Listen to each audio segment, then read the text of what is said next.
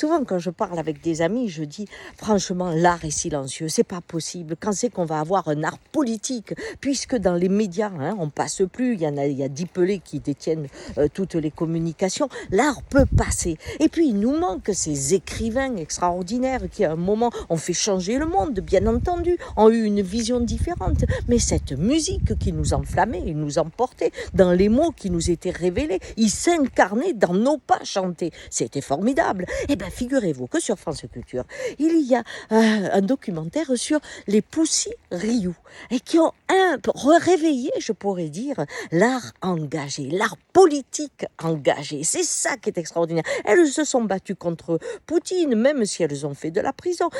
Elles ont mis un féminisme bien vivant, alors qu'aujourd'hui, il est mortifère. Mais si vous voulez, ces jeunes femmes qui ont fait des émules ont réveillé une action qui est dans l'art. Parce que si l'on veut penser à demain, si l'on veut faire quelque chose aujourd'hui, ça sera à travers la poésie, à travers la musique, mais aussi et surtout, il faut que les mots passent, cette grille de lecture qui est « on peut rien faire ». Mais qu'est-ce que c'est? Cette désespérance qui nous contamine tous. Il faut que le rire touche au-delà de nos consciences pour entrer dans cet inconscient de la survie qui veut vivre à tout prix et qui s'engage dans une rêverie différente parce qu'elle existe à partir des sens, à partir de notre réalité.